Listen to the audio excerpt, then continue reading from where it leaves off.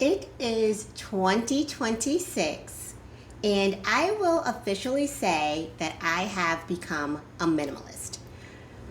I haven't used that word that often. I do like to talk about my content as far as mindful consumption, but I think that I have to officially call myself a minimalist at this point. But I do want to say it is probably not the kind of minimalism that you may be picturing. I still love shopping. I'm still going to shop. I love beautiful things. I love handbags. I love shoes. But what I have let go of is excessive guilt around my shopping and the pressure to own more just because I can own more.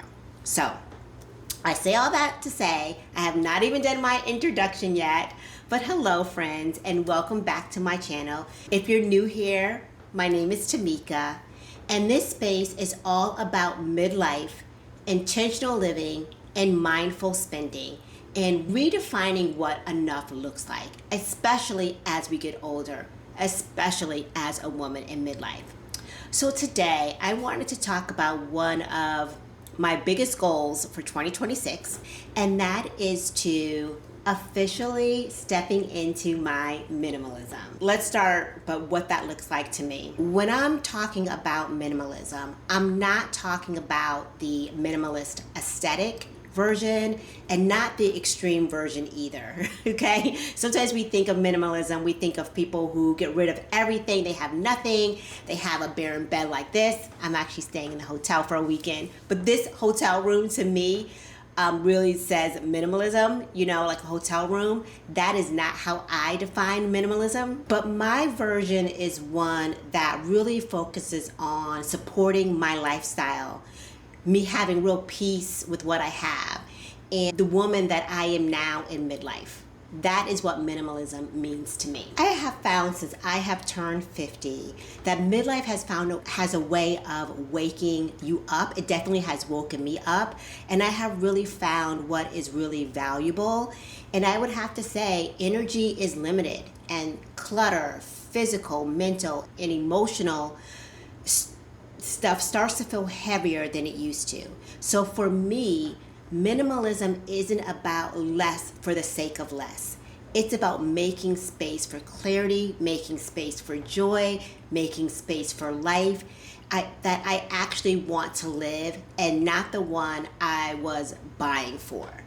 I found that when I was over consuming, I was buying to fill a void. I was buying to fill a space that I thought I should have or should be at a certain point in my life.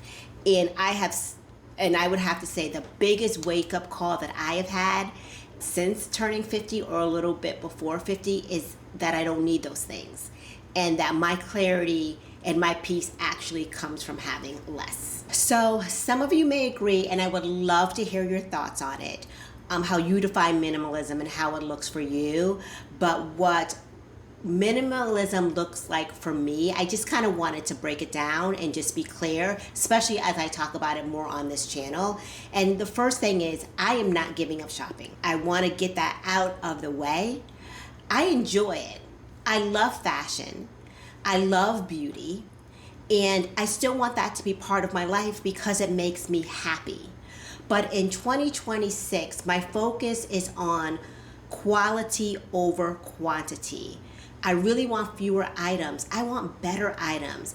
I want items that work harder, last longer, and actually fit my life. I will say that this weekend, my husband and I are spending the weekend away, and we're going to a comedy show. And in the past, trying to find something to wear to an event would be one of the most stressful things. I would be going through all my racks of clothes and really saying I have nothing to wear. And since I've really started to limit my wardrobe, and I really started to really focus on items that I love, items of quality, that has really changed my experience. I was able to pick out an outfit for tonight in 2.0 seconds because I knew, number one, what I had, and I knew what looked good on me. I knew what fit, and that has totally changed since I've changed my lifestyle. That would have been something that never happened before, and I'm grateful for it. I was really excited about the experience of packing for an overnight stay and not really stressing out about what I was going to wear and all those things that come with it, because having a closet full of clothes and still feeling like I have nothing has definitely gone away. The second is intentionality. Minimalism to me is about choices and having conscious choices. Before something comes into my home, I want to ask myself, do I already own something like this? What is the reality that I'm actually going to use it? And does it support my lifestyle right now? It's no longer mindless consumption. It's thoughtful curation. I'm going to use that word, thoughtful curation. Maybe it's not minimalism that I'm really focusing on. Maybe it's like having a more curated closet, a more curated home. Maybe that's how I need to think of it, because I think minimalism does have a more of a stark connotation to it, but I think curation is to me seems more thoughtful. But you let me know. Let me know if you think that there's a difference or not. I know this term may sound pretty corporate, but the third thing is having value-driven living. I'm keeping things that are this may sound very corporate, but the third thing is value-driven, and really making sure that I am living a value-driven way. I'm keeping things that either serve a purpose or generally bring me joy. And if it does neither, it doesn't get to stay. That applies to my wardrobe, my home, my schedule, and honestly, even my relationships. I've talked about that before. It really has to bring me value. If it doesn't bring me value, it has to go. And the fourth thing is freedom. One of the biggest reasons I'm choosing minimalism or having a more curated life in midlife is freedom. Freedom from too much stuff, too many decisions, too much debt, too many distractions. I want more time and I want more energy and more presence in the moment for the things that actually matter. My marriage, my health, my creativity, my peace. I think that one of the greatest joys that I've had lately is in YouTube, and having the freedom to do that because I've allowed myself space to do it. And by leaving some of those other distractions alone so that I can focus really on the things that I love doing. And I didn't always live that way. I really lived in the clog. Is that what it's called? Like the clog? Maybe that's not the right way, but I'll get there. Like living in a way that I was just kind of churning, just doing what everybody else did, working at jobs that I didn't enjoy, not having a social life, not spending time with my friends because I was so focused on material things or focused on competing with other people. And I really focused on having more freedom. And I can tell you, when you allow yourself that freedom, your relationships get better. I think your marriage could get better. Your friendships can get better. Your relationships with your parents can get better. Your job gets better. I honestly believe it because it's something that I have experienced. And the fifth thing is simplicity. Simplicity doesn't mean boring, okay? It means clear. In 2026, I'm simplifying my home. And I'll take you along that journey. We're doing some stuff in the home that I think you'll really enjoy seeing as we simplify our home. I've already taken you on the journey of simplifying my wardrobe, my calendar, my mental load, and removing non-essentials gives me focus.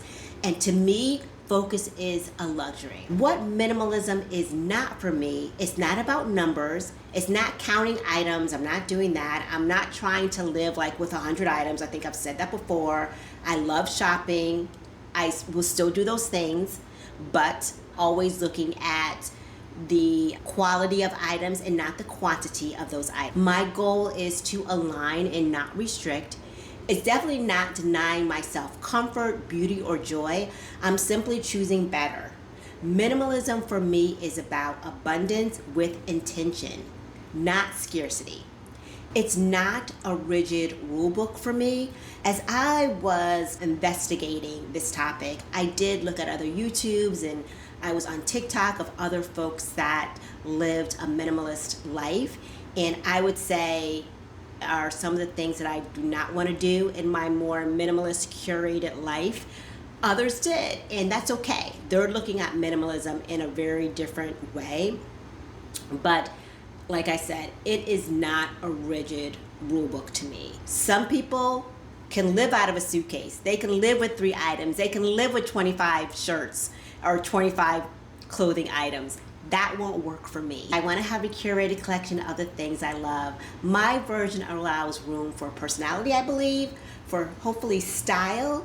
I'm claiming the title of minimalist now, but I didn't feel ready to call myself a minimalist before because I thought I had to fit into a box. I thought I just had to have 100 items. And that's what I was trying to do. I was literally going through my closet and being like, it should be smaller. My closet should be smaller. I want to have less things. And I was talking to one of my best friends, and that's kind of where I came to this thought process. She's like, why don't you just focus on the things that you love and having things in your closet that you love? And it doesn't have to be about having a smaller closet, but full of items that bring you joy. And that's when it clicked for me. Clicked. And that's the approach that I'm gonna take. It's about having things that I love. It's about having things that I enjoy. And that is how I am defining my minimalism. So if you're in midlife right now and you're feeling overwhelmed by stuff, by schedules, by expectations, this is your permission slip to do minimalism in your own way. You don't have to give everything up to gain everything that matters. If this video has resonated with you at all, go ahead and like this video and subscribe. And let me know in the comments, what does minimalism look like for you at this stage of life? I want to thank you so much for being here, and I will see you in the next one. Bye!